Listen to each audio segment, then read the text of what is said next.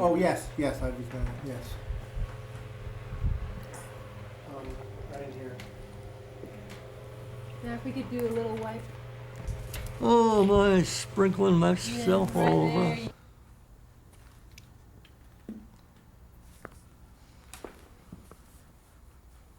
Okay, but we're going into when you had joined Farnsworth. How did you first hear about Phil Farnsworth? Well, I heard from Phil through my brother and Don Lippincott. I mean, and at that time,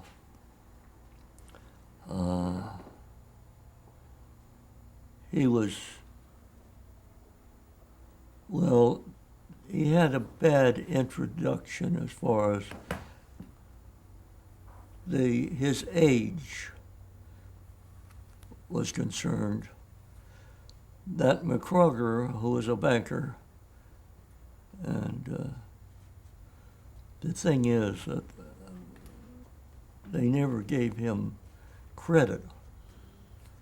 Instead of analyzing what the man was talking about and what he was really presenting, they were more concerned about, well, how old he was and what schools he had gone to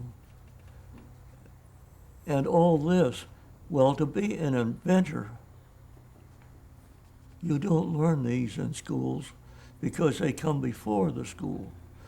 You have to invent the thing before they can put it in the school. And consequently, like my brother, Don had recommended him to work for Don. Toby had actually worked with Don in Magnavox for a couple of years. Don was chief radio engineer at Magnavox at that time. Then he went into the patent business. He got his credentials for that. And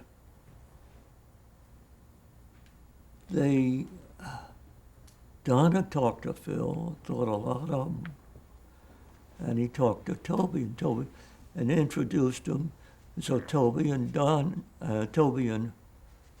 Phil got along very well right at the very start. I mean, just a bang, oh, here's what he wanted. He wanted a gadgeteer, somebody to work on things, knew radio circuits, and knew enough about machine work that he could do some, though I always thought I was a better machinist, but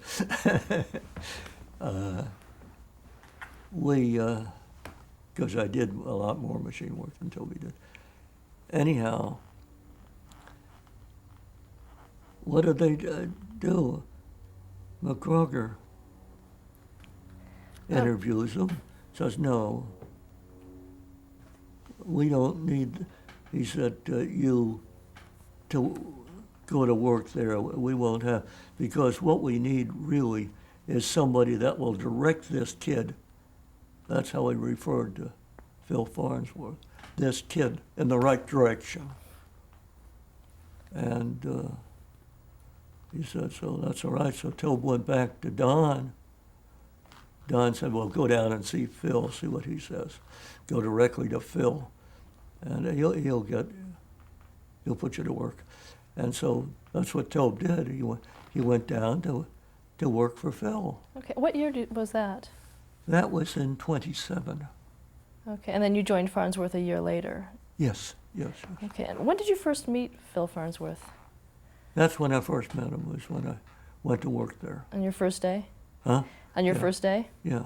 And what did you think of him? What was your first meeting with him like? Well, I thought he was a real smart kid. I wished he's about my age, see.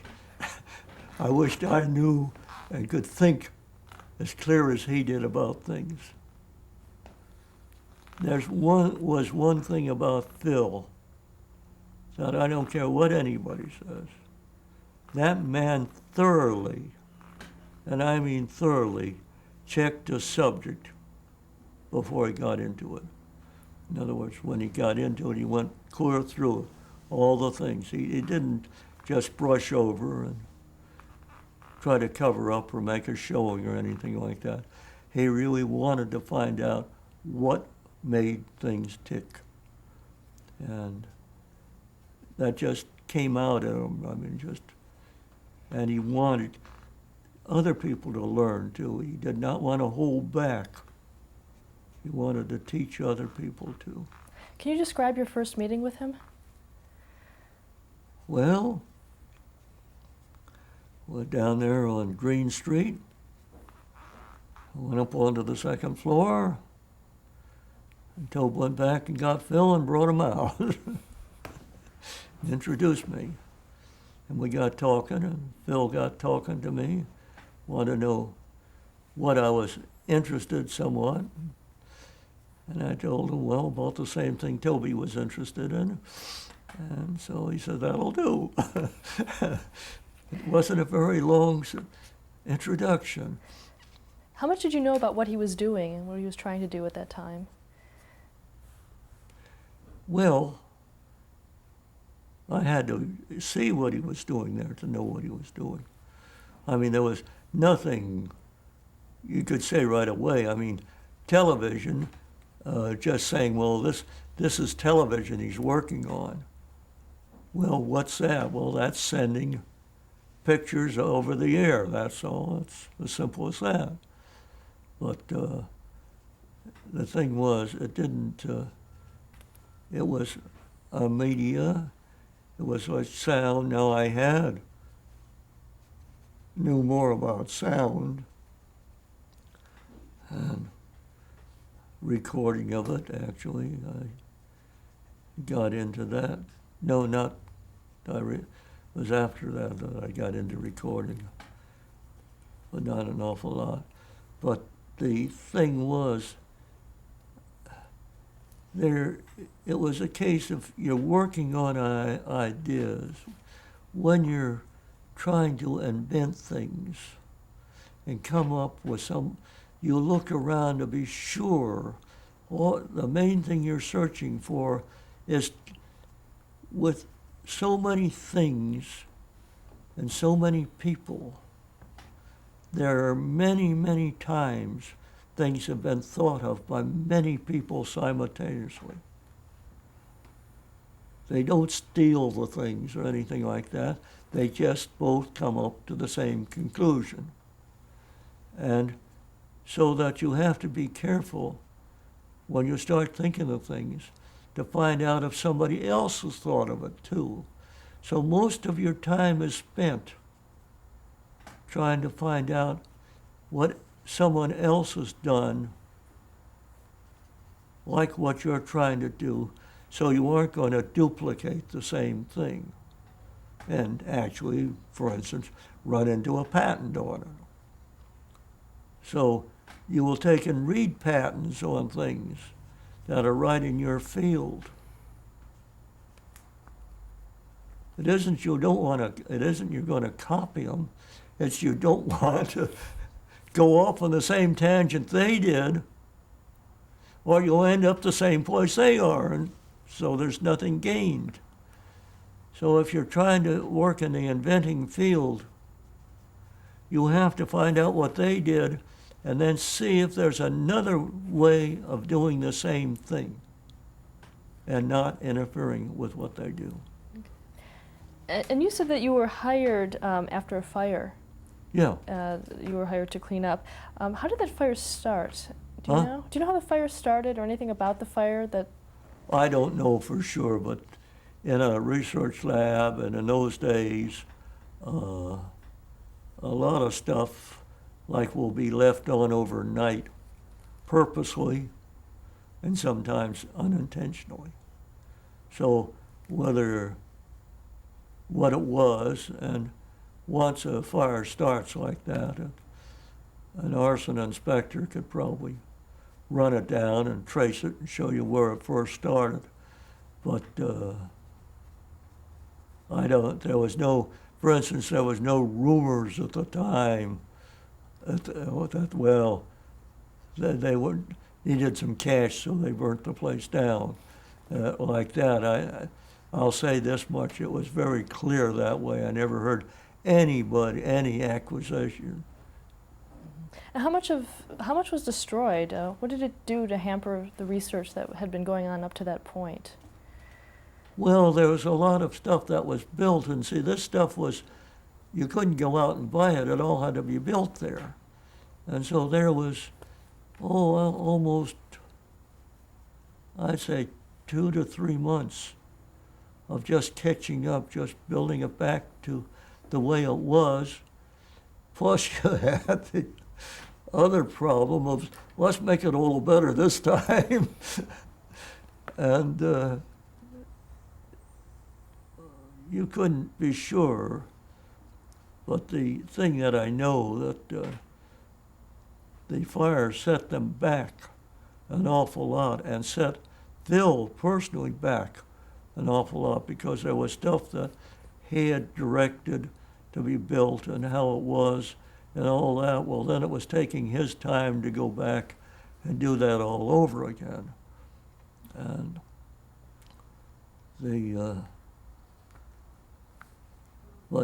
Cliff Gardner, who did the glass blowing at that time, was just starting to do on the glass blowing. Oh, he was very, very ingenious in how he could get things filled up. I mean, Cliff did a lot, and he learned a lot. In fact, even to later on, when Zworkin visited the lab, he didn't know Cliff's relationship, I think, with Phil. Cliff was Phil's brother-in-law. Zworkin offered him a job back in Pittsburgh to take him right out of the plant. Well, that wasn't a good move. I mean, it didn't endear us to Zworkin any. Yeah, but that was later, right? Huh? That was much later. That was wasn't it? later, yeah. Yeah. What was your job when you first started? What kind of hours did you keep and your daily duties? Well, that was one advantage I had. I had to catch the 12:15 boat at night. That was the last ferry boat. And I was living at home at the time. And I usually catch the 8 o'clock or the 7 o'clock in the morning train going back to San Francisco. So I managed to. I didn't have anything else to do. And what were your daily duties? Huh? What were your daily duties in the lab? Make what needed to be made.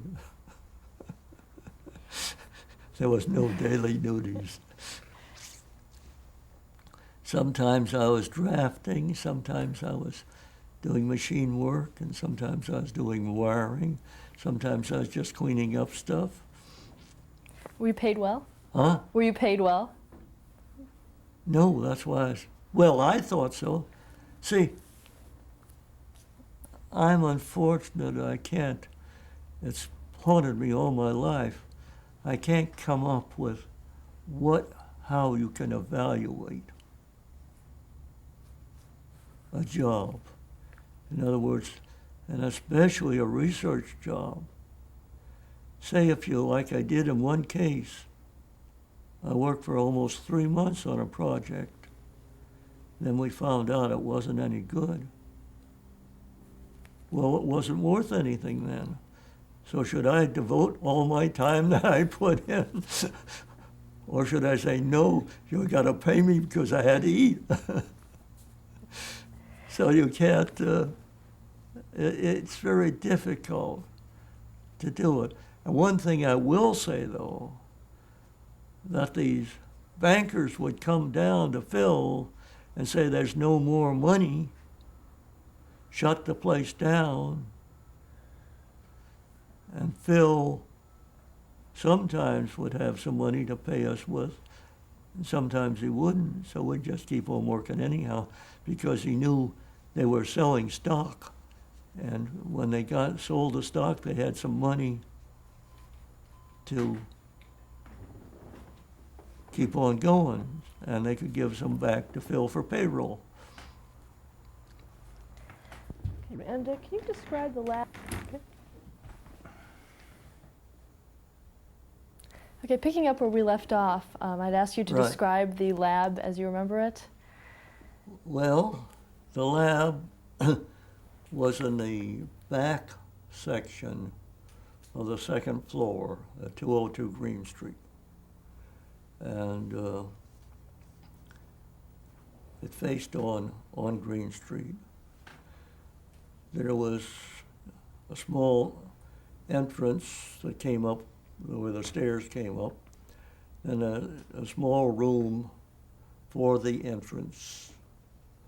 Then there was another office in there, two offices, one for Mr. Farnsworth, and the other was sort of a secretarial office and the like. And outer office for, that's, I'd probably describe that. Then you went, in back of that, there was a space around there in front of those offices, and we had our drafting set up there.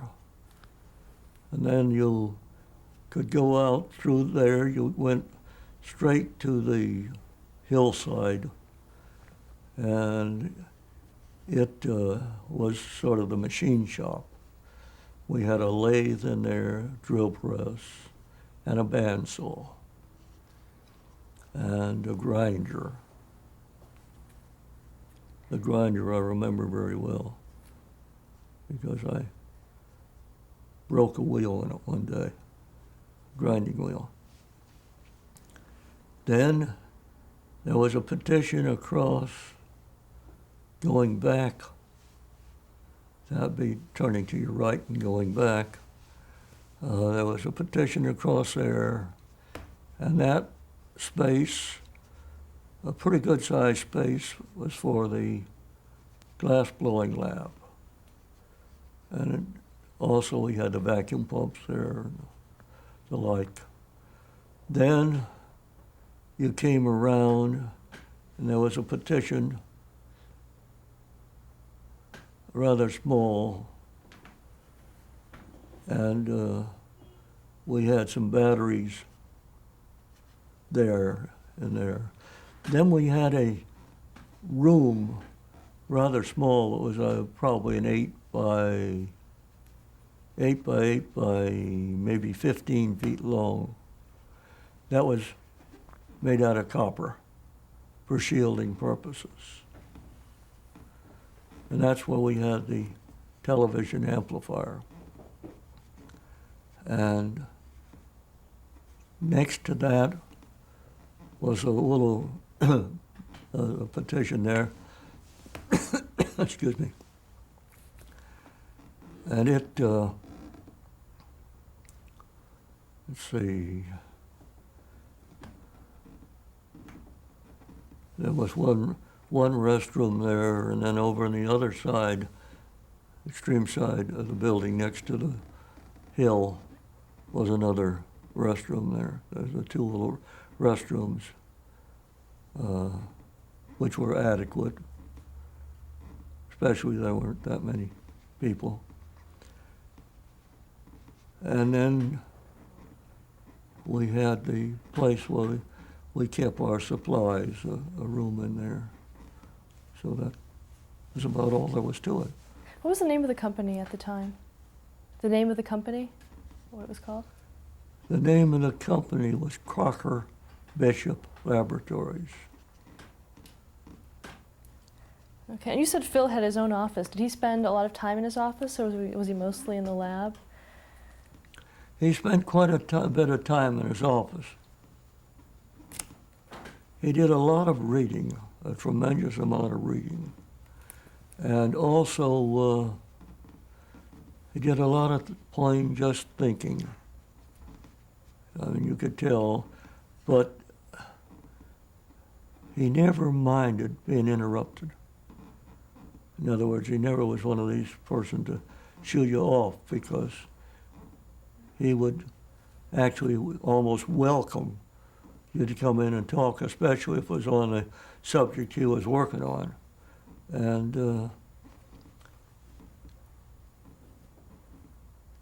the thing that the man, I don't know, he sort of,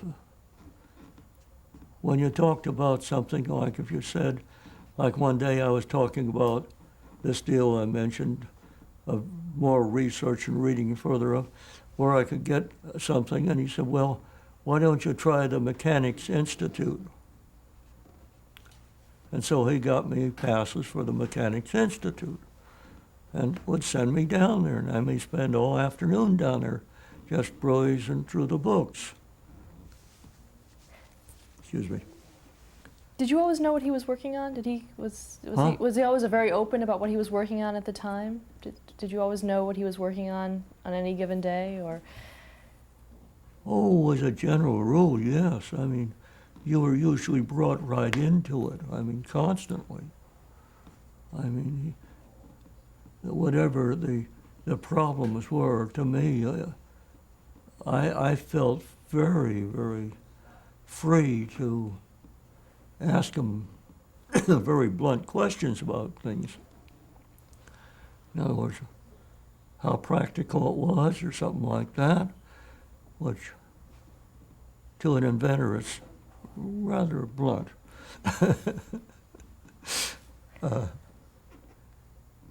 But he never, to me, the man really inspired you to want to know more about the particular subject. And describe a little bit more about the lab. Was it a noisy place? Oh no, we didn't have too much.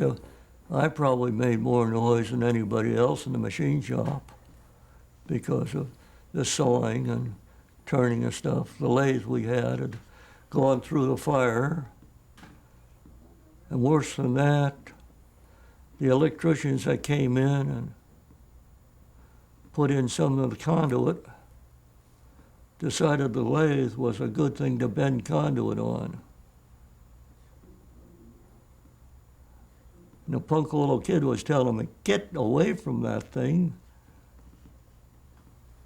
And what happened? Well, I would have to go in and call Mr. Farnsworth out to tell him to come in and keep these, well, gentlemen, from ruining my machinery any more than they have. Because I'd spend a lot of time just working on it, adjusting it, getting it right, and they'd come on in and do some very thing that they had no idea what it was. Well, it was two pieces of steel side by side that you could put something in and bend it over, so it meant a good thing to bend. Well, of course, you threw the lathe all out of commission. The lathe was poor enough to start with. I had to have a board across the back of it, a little blackboard with numbers on it to know whether I move in or out when I tried to make a straight shaft. Was it hard to get new equipment? Huh? Was it hard to get new equipment or supplies when you needed it? Or was it pretty easy? Well, what's new equipment? Even to get any equipment. Old equipment or new or anything. Yes, it was hard. But the thing was, we were given a budget. Later on, I did a lot of getting the equipment. When I followed through in the lab when we were back in Philadelphia, I got into that end phase of it and the like. But the bills were all paid from San Francisco. And they could not understand why I wanted a shotgun and a sewing machine. And why did you? Do I have to explain it to you too? Well, the sewing machine was to make a little thing to perforate a lot of holes. And the shotgun was for the same purpose. And we would load the shells with different loads of granules of carborundum of different sizes so that we could try to get thin sheets of mica with little holes in them the right size. Did you eventually get the sewing machine and the shotgun? Well, yes, we had it because, see, they paid the bills. So we'd already bought the thing. And, oh, Lord, please. If they had got the idea that we would just write requisitions and they would okay them, which they tried to do, but Phil put his foot down on that, and so did I, because I pointed out that you lose too many days, and the guy would forget what he ordered the thing for if we were really making progress. Okay, can you talk a little bit about who else was in the lab at the time?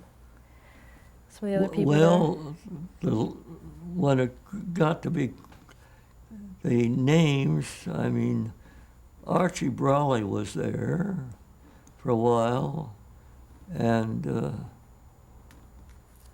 What did he do? he was an engineer.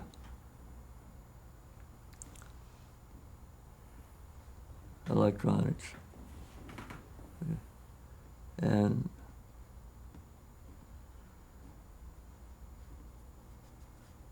we didn't have too many. I mean, it's hard for your memory to go back and pull these guys out. You remember them being there at times, but when they were there and just what it was. And we didn't have, really, we kept it down. Cliff Gardner, of course, was there all the time. And then Phil's brother worked there for a while, Carl, and Lincoln, both of them. Was Carl Christensen there? Huh? Was Carl Christensen there? Carl Christensen, yeah, he was one. And I'm trying to think of who the other. Well, Christensen did the chemistry on most of the stuff, yeah. Of course, my brother was there. What was his, Yeah, what after was a his while, job? so my brother came back. I mean, when they started getting some money, then they opened the lab up and run it, and we could start in demonstrating it. And then he opened it up, and then Toby came back, and quite a few others then too. I think that's when Brawley came into it. And then I don't know whether Russ was there or not, because while I was there, and then back at Philco, and some of those that were at Philco, like Wes Carnahan, he was there. But I think Wes was out, I think, in San Francisco too, yes. Okay, and how much progress had been made by Phil before you arrived? Huh? How much progress had been made by Phil before you arrived? Not very much. Actually, when we rebuilt the stuff,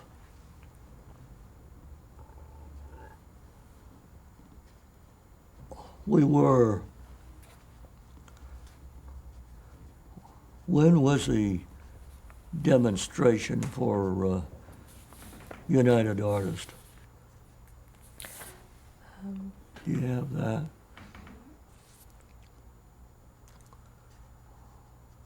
The press release too, I mean,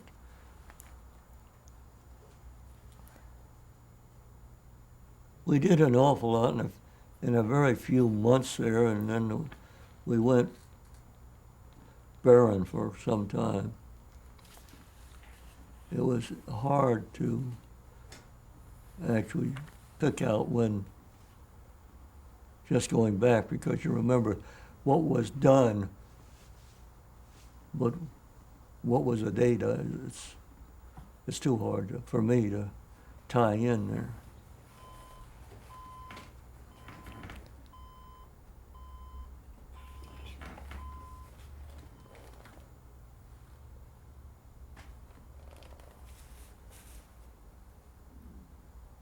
We'll change